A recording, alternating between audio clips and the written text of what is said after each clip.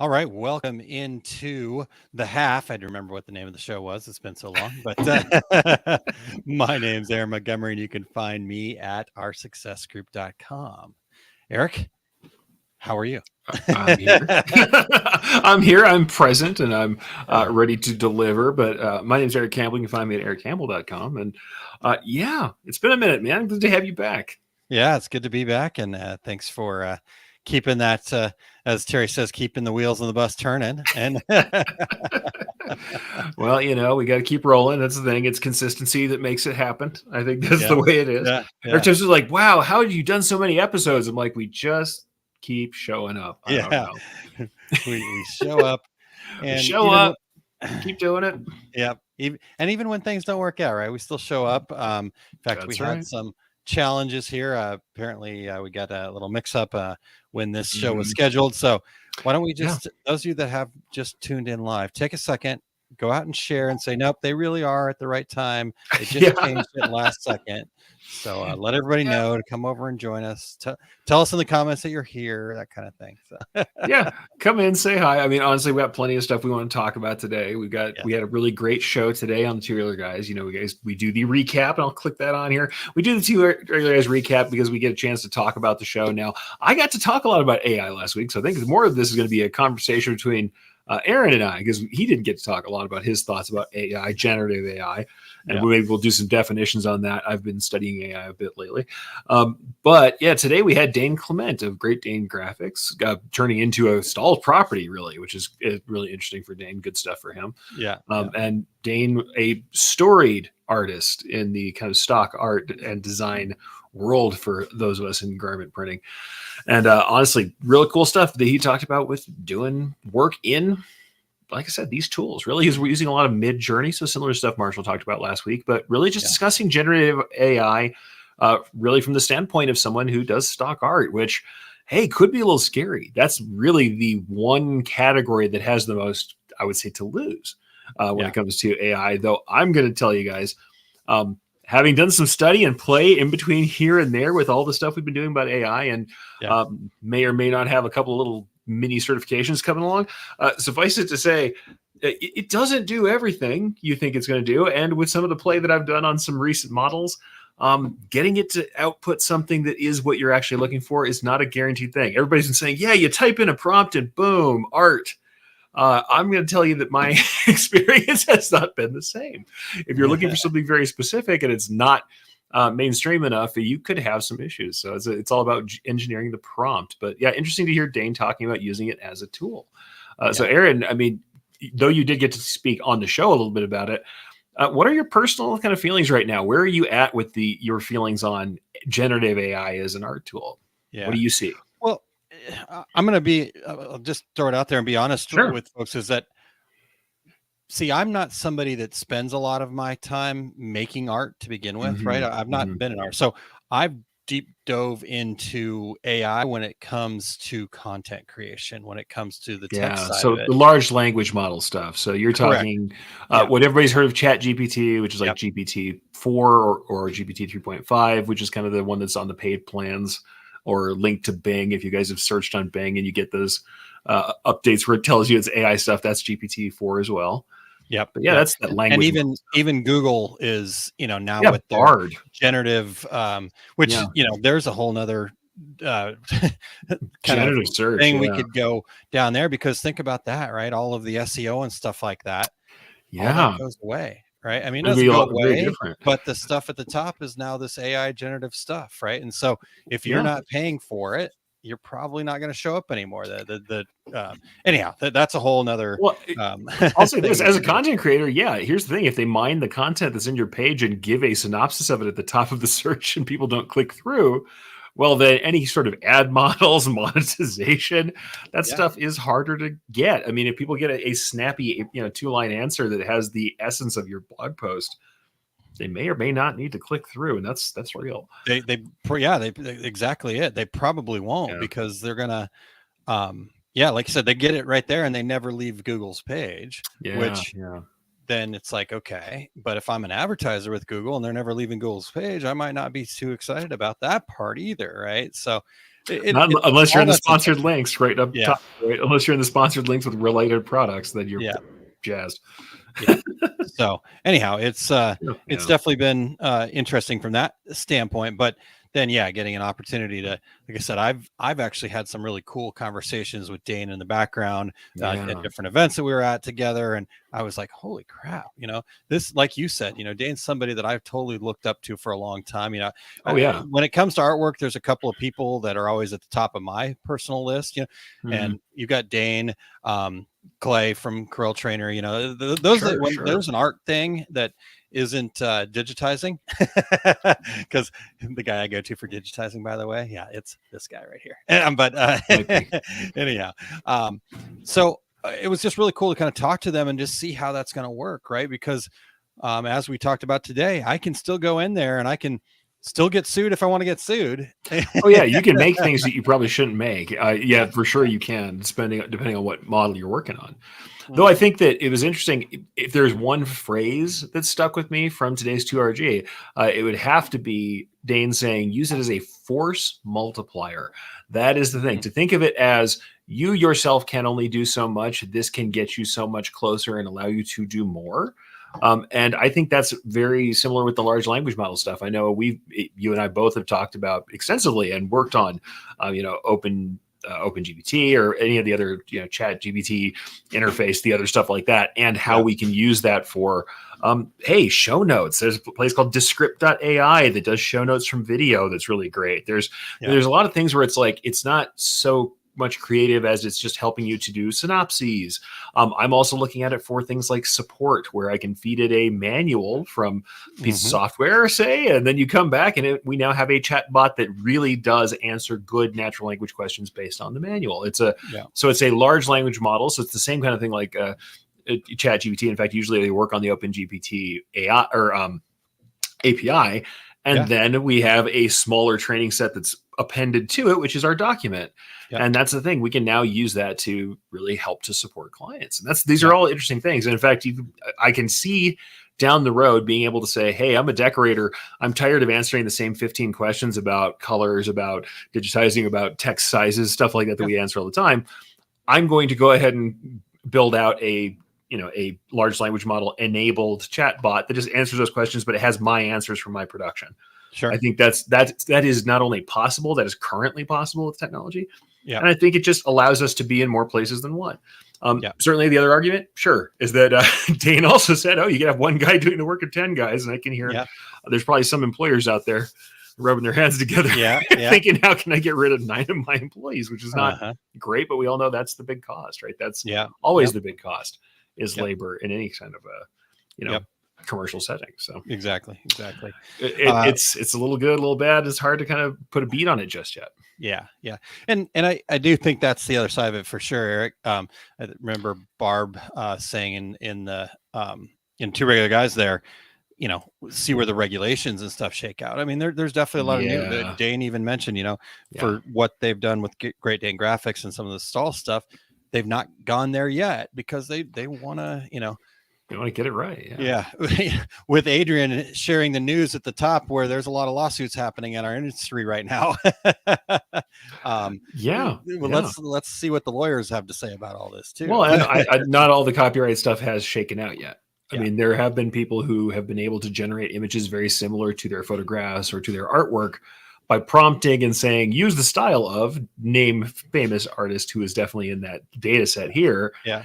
And they're getting back images that are very close to stuff that they've created. Now, it is not at all the same as what they made. It's not the same as their photographs, but it does know their style and is using their name as a prompt. That can be difficult. There's stuff that we can talk about there. The thing is, we're in such new territory. We're in the Wild West right now. The laws don't even exist yet. Yeah. So right now we can tell you, hey, it's safe. Do what you want. It's going to be great. Someone could tell you that. I'm going to say, I'm not a lawyer, so don't take that advice that I just spun off. That was a off the cuff jokey comment. Yeah. But that might not be true in 6 months. Yeah. So we just kind of have to keep taking the temperature. And, and don't get me wrong, as a digitizer, people may know for embroiderers, digitizers don't usually make their own art. I'm kind of rare that I've done a bit of it. There are other people who are artists and digitizers, but a commercial digitizer Mostly the main model for that is someone brings me art. I might make modifications to it to make it work for embroidery, but mostly I'm taking someone else's art and making something. If you're in a shop that's primarily embroidery, you don't have design chops and you have no designers on staff, I can see just wanting to get art made so that you can digitize, because digitizers are great at editing art and making it work. That's something that we do all the time is interpretation. Yeah. Having someone kick out the first few thumbnail sketches might be enough for a lot of digitizers who have a little bit of design chops. They do it, they know enough and are good digitizers. It might be a big game changer for those folks, because it's like not having to search for original art anymore. But here's the thing. I'm actually going to share a screen. I'm trying not to take over everything, but I'm just going to show you guys real quickly. This is Dream Studio. This is running on Stable Diffusion, and this is me trying desperately to get a thing that never happened. So I'm just going to show you. I'm like, I wanted an old school tattoo flash style piece of art, right? If you know what I'm talking about, Sailor Jerry, we're talking about really old school tattooing. I wanted that to happen. This is what I'm asking it. I'm desperately saying, hey, Sailor Jerry tattoo flash, isolated shield, stars and stripes inside, eagle sitting on shield. And I am getting just nothing that looks at all like what I'm asking for. The style's wrong. The eagle's wrong. They put a guy in a shield because I'm guessing literally this is Sailor Jerry to the AI because they think it's a guy I'm asking for. But I'm asking for an art style that people usually understand. So I'm like, okay, traditional old school tattoo art.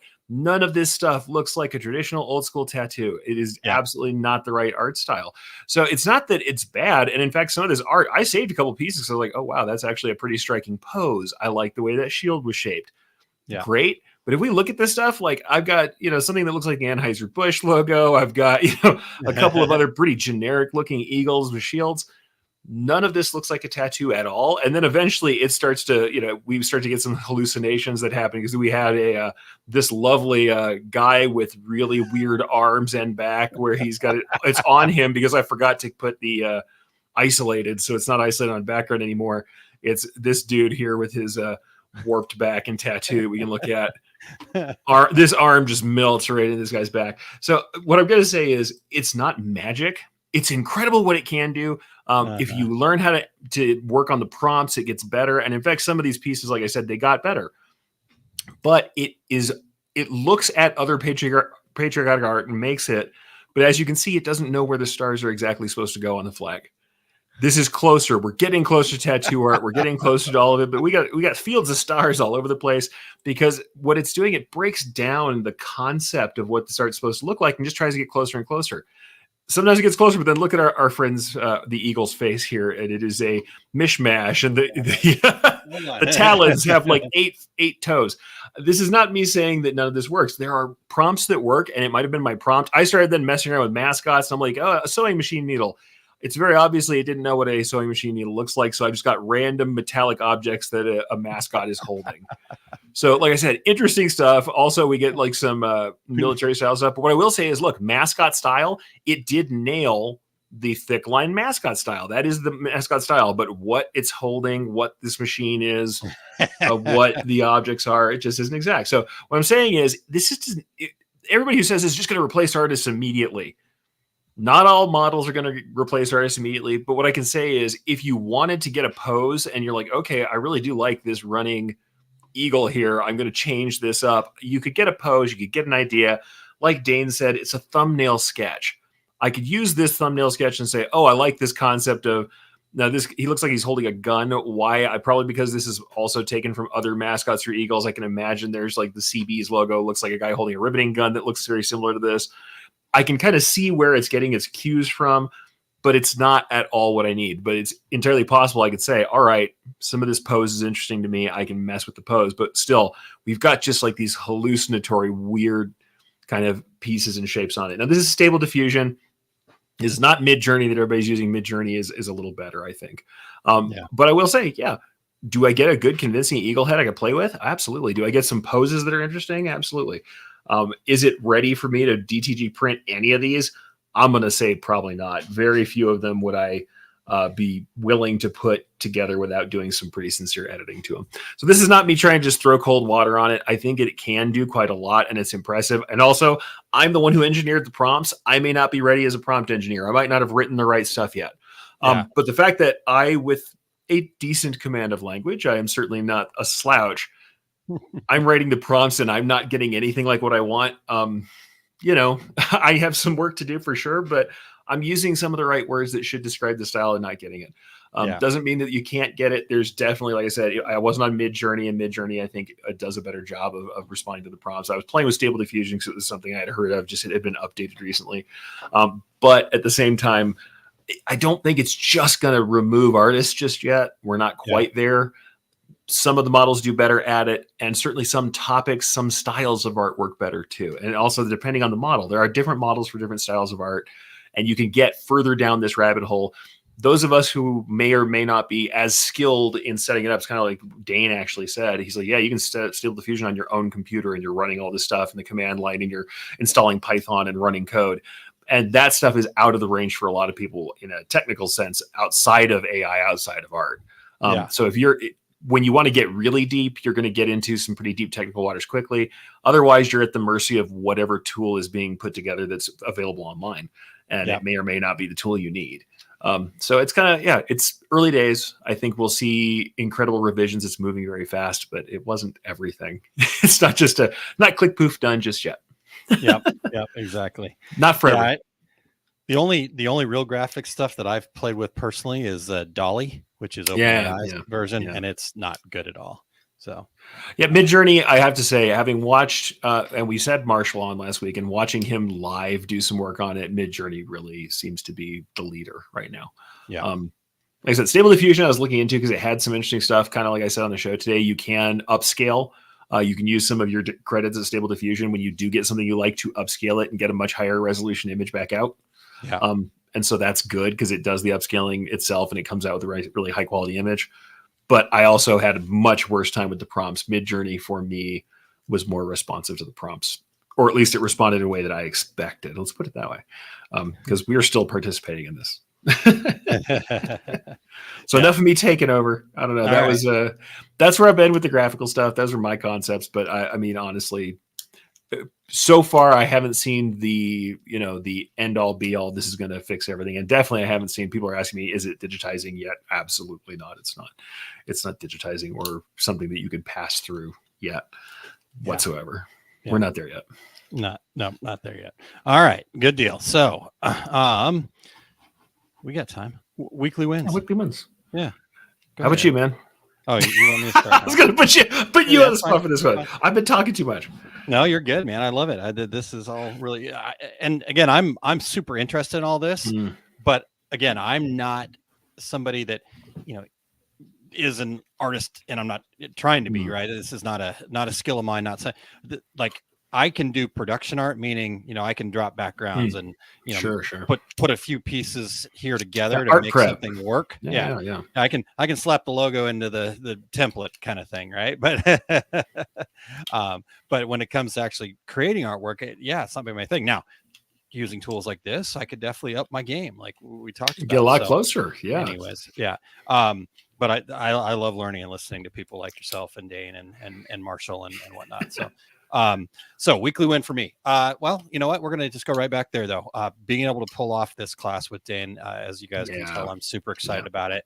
I think this is really going to be beneficial for folks. And like I said, as I started talking to some people about it, they're like, you got to put this out there. I'm like, yeah, I know. I'm excited to do this for our Success Group members, but there are some other folks that, might be interested in just this one. Maybe they're not ready for our Success Group.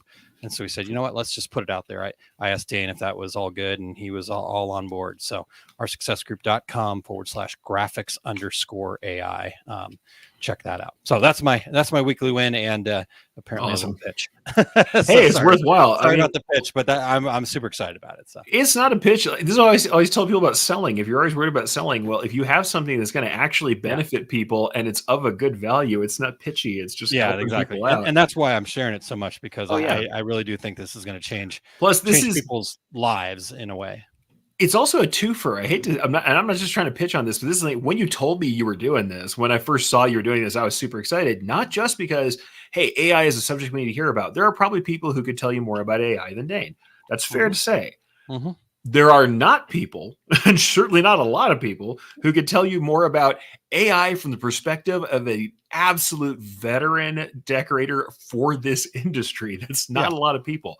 I mean, Marshall's got a lot because he's an art director. Dane's got a lot, and you're looking at two of the people who are really doing it and who know have a long history in the industry. And I was like, that's pretty exciting to hear because I want to hear their perspective so much more. Sure. So much more than somebody who's just doing general digital art, you know? Yeah. And I think that's the, that again, I appreciate you sharing that, Eric, because for sure. that was what it was for me. I told Dane, I don't want him to, if he doesn't know, just say I don't know. But I don't want him to be like, selling or not selling, but I want him to be completely honest and just tell us all of it, right? I don't want him to hold anything back, right? This is good. This is awesome. You should be doing this.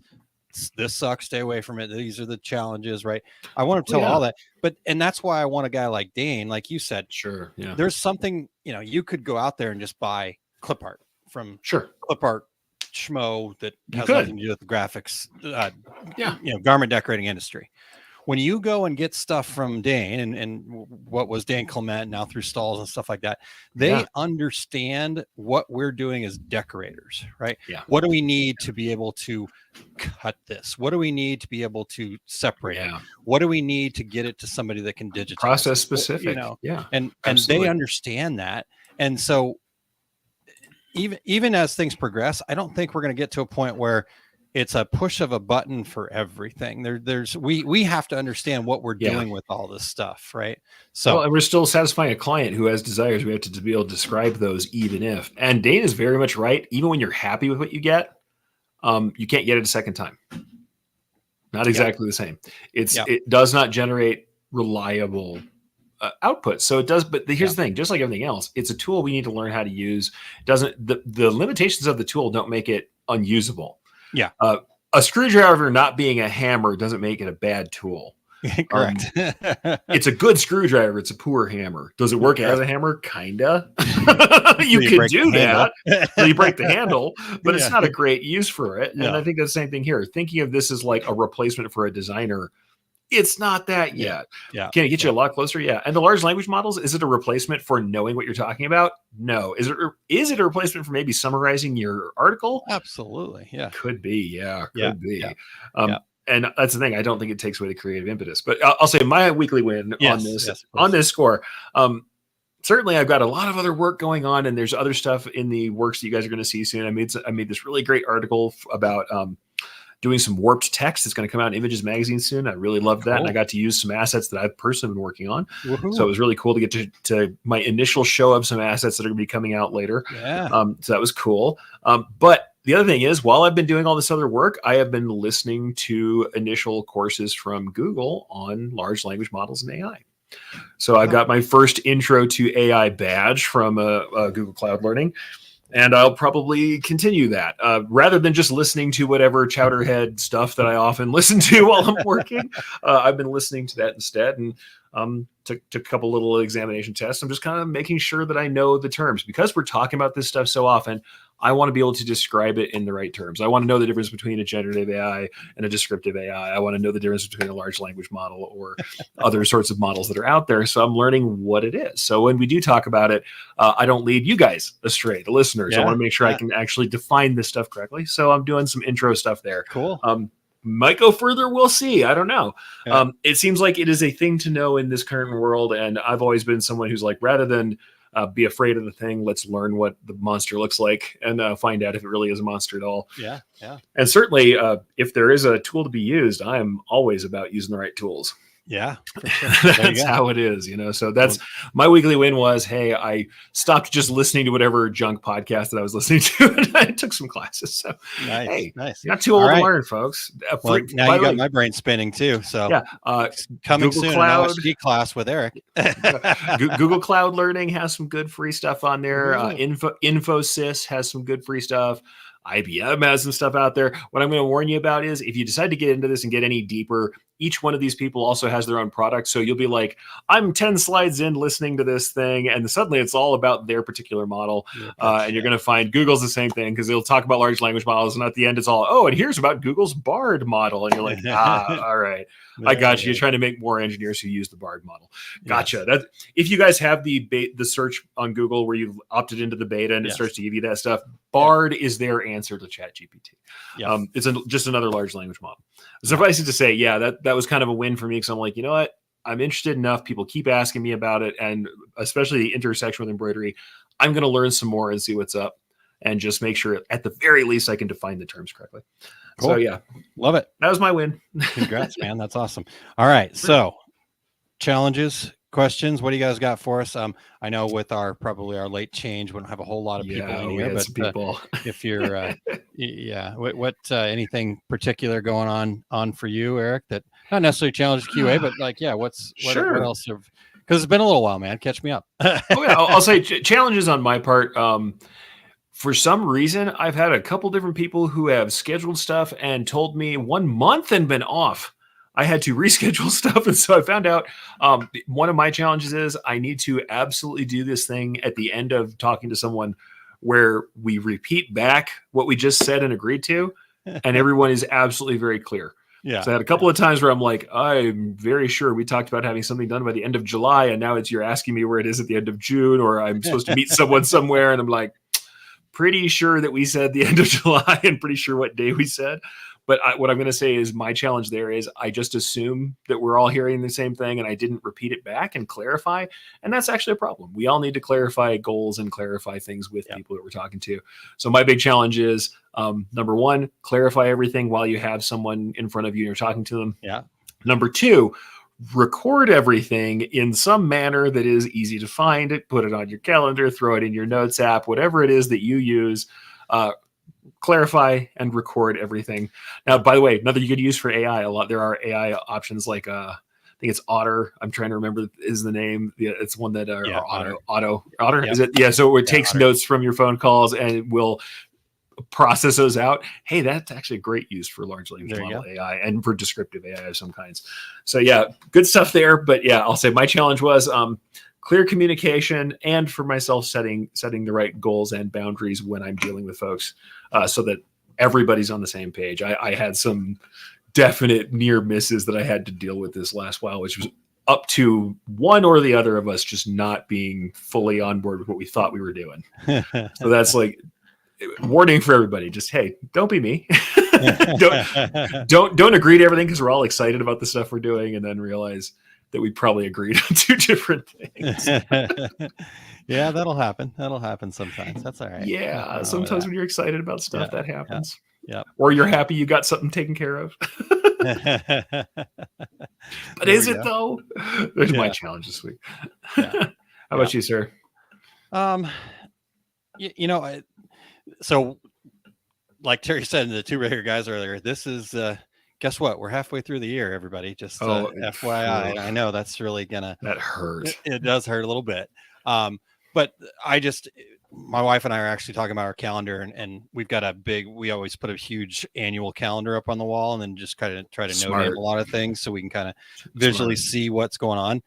The first 6 months of our year, it was like, oh my God, we marked so much stuff on there because we had so much stuff going on. So getting through skills, getting through Start Here Academy, getting through all that stuff, getting the content of the book done. Wow. I was like, holy crap, what a whirlwind. And I look at the second half, I'm like, okay, we don't have as much stuff in there.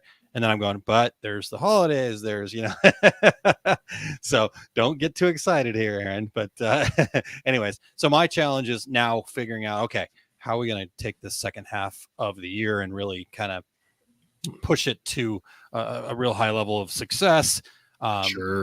Content of the book is great, but now I got to do something with it. So I started reaching out to publishers and just kind of figuring out, hopefully by this long weekend here, I'm actually going to go ahead and put the book up as an ebook on my website to start it off. And before we get kind of a pre-release edition, I guess is what I'm calling it right now. So that way, if people do want to check it out, and as you kind of pick your brain about this at some point, but sure. Plugging this into a language model and like you said, summarizing, utilizing that's something I know that's thinking about. Something I've been working on too. Large language models have not been far out from my mind. I know we're talking about the graphical stuff today, but there's a lot to be done. If you're a content creator who, I don't know, has written for some number of years, you might have a lot of content to mine. There's a few things out there. So how do you plug all there that might be in? something to do. Yeah, it might be something you could help people out with. Yeah. Because that I know that is the challenge is getting it all together. So anyhow. Yeah. All right. All right, folks.